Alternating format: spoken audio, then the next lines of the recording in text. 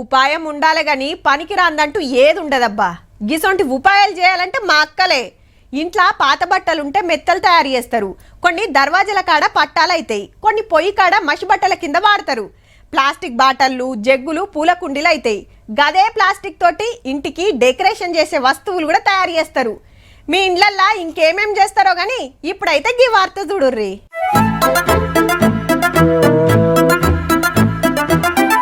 పొయ్యిలకు పిడకలు లెక్కనే అనిపించవచ్చు, కానీ ఇవి కంపెనీలలో మిషన్లు నడుస్తానికి వాడే ఫ్యూయల్ బ్రిక్స్.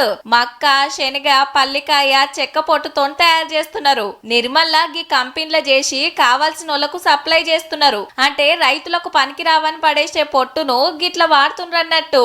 మనకి ఓవరాల్ గా మంత్లీ 180 నుంచి 200 టన్స్ వరకు మనం ప్రొడక్షన్ చేస్తున్నాం.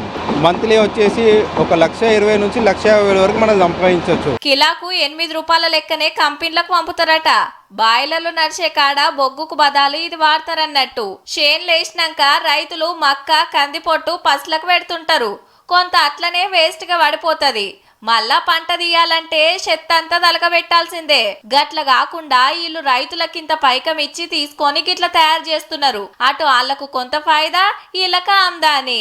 2,000 నుంచి 2,000 ట్రాన్స్పోర్ట్ అయితే వాళ్ళది. సాడస్ట్ కూడా 2,000 నుంచి 3,000 వరకు మనం సాడస్ట్ మనం తీసుకుంటాం టన్నుకి. ఉత్తగా పడేసే పొట్టుతోటి ఓ కంపెనీ నడుస్తుంది. కడమ కంపెనీలకు కావాల్సిన ఫ్యూయల్ బ్రిక్స్ తయారైతున్నాయి. ఇంకొందరికి పని దొరుకుతుంది. ఒక్క ఐడియా గింత మందికి ఫాయిదా చేస్తుంది. సూపర్ కదా.